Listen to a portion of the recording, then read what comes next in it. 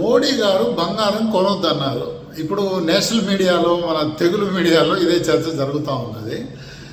ఆయన బంగారం ఎందుకు కొనొద్దన్నాడు, దాని వెనకాల ఉద్దేశం అర్థం చేసుకుందాం. ఫస్ట్, ఈ ఇరాన్ యుద్ధము ఎప్పుడు ఎండ్ అవుతుందో తెలుసలేదు. అలాగే రష్యా ఉక్రెయిన్ పంచాయతీ నడుస్తూ ఉంది. గ్లోబల్ అన్సర్టనిటీ ఉంది.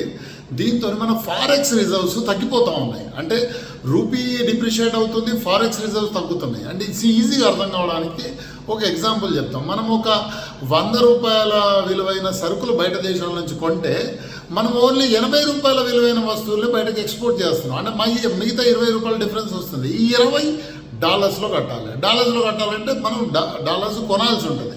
ఎప్పుడైతే మనం డాలర్స్ ఎక్కువ కొంటామో డాలర్ బలపడుతుంది, రూపాయి వీక్ అవుతుంది. రూపాయి వీక్ అవుతుంది, ప్లస్ మన దగ్గర ఉన్న ఆర్బీఐ దగ్గర ఉన్న రిజర్వ్స్ ఏవైతే ఉన్నాయో అవి కరిగిపోతూ ఉంటాయి. అందువల్ల ఆయన గోల్డ్ కొనొద్దు అన్నాడు. గోల్డ్ కొనొద్దు అన్నది ఇప్పుడు పుట్టింది కాదు. ఇందిరాగాంధీ కూడా రిక్వెస్ట్ చేసింది ప్రజల్ని గోల్డ్ కొనొద్దని. లేటెస్ట్గా మన మన్మోహన్ సింగ్ గవర్నమెంట్లో చిదంబరం చెప్పాడు గోల్డ్ కొనకండి అని. అట్లాగే ఇప్పుడు కాకపోతే వాళ్ళు చెప్పినప్పుడు ఆల్టర్నేట్ లేదు, గోల్డ్కి ఆల్టర్నేట్. ఇప్పుడు చాలా ఆల్టర్నేట్స్ ఉన్నాయి.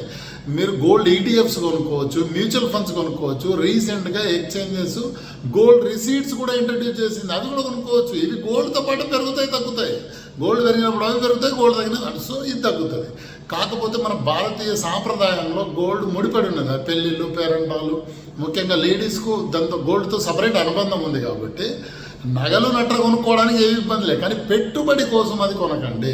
అంటే దాని ఒక ఇన్వెస్ట్మెంట్ సాధనంగా ఫిజికల్ గోల్డ్ కొనకండి. ఇన్వెస్ట్మెంట్ చేయాలనుకుంటే మీరు నేను ఇందాక చెప్పిన లిస్ట్ ఉంది, అందులోంచి మీకు ఏది అవైలబుల్ ఉంటే అనుకూలంగా ఉంటే దాన్ని కొనుక్కోండి.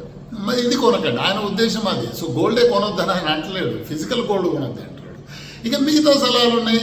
పెట్రోల్ డీజిల్ కుదిరితే సేవ్ చేయమంటున్నాడు. దాంతో ఏదో సంక్షోభం వస్తుందని కాదు, దేశంలో ఏదో సమస్య ఉంది, అందుకే మోడీ సమస్య ఉంది, బట్ హ్యాండిల్ చేసేట్టే ఉంది.